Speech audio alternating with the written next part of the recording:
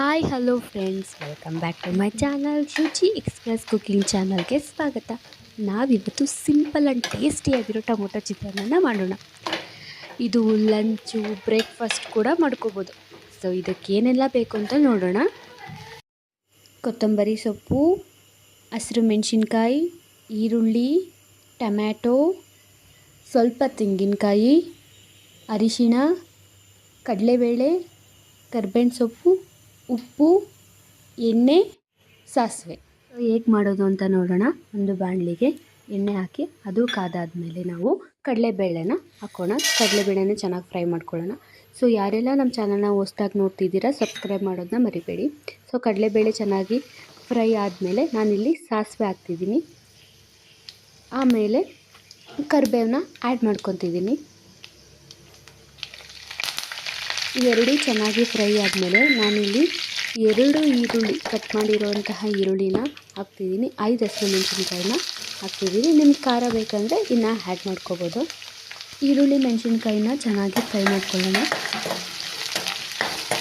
ಇದು ಫ್ರೈ ಆದಮೇಲೆ ನಾನಿಲ್ಲಿ 2 ಟೊಮ್ಯಾಟೋನ ಕಟ್ ಮಾಡಿ ಹಾಕ್ಕೊಂಡಿದ್ದೀನಿ. ಸೊ ಟೊಮ್ಯಾಟೋನ ಚೆನ್ನಾಗಿ ಫ್ರೈ ಮಾಡ್ಕೊಳ್ಳೋಣ. ಅದಕ್ಕೆ ನಾನಿಲ್ಲಿ ಸಾಲ್ಟ್ ಹಾಕ್ತಿದ್ದೀನಿ. ಸಾಲ್ಟ್ ಹಾಕೋದ್ರಿಂದ ಟೊಮ್ಯಾಟೊ ಬೇಗ ಬೇಯುತ್ತೆ. ಚೆನ್ನಾಗಿ ಫ್ರೈ ಮಾಡ್ಕೊಳ್ಳೋಣ.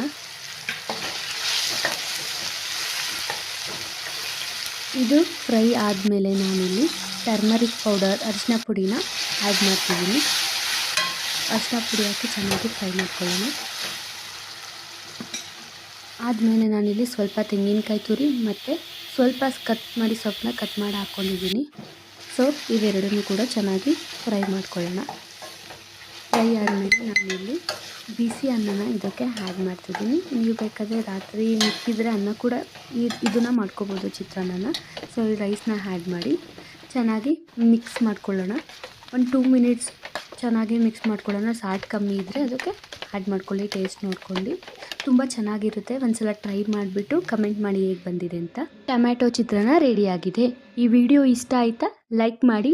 ಇನ್ನಷ್ಟು ರುಚಿ ರೆಸಿಪಿಗಳಿಗೆ ನಮ್ಮ ಚಾನಲ್ನ ಸಬ್ಸ್ಕ್ರೈಬ್ ಮಾಡ್ಕೊಳ್ಳಿ.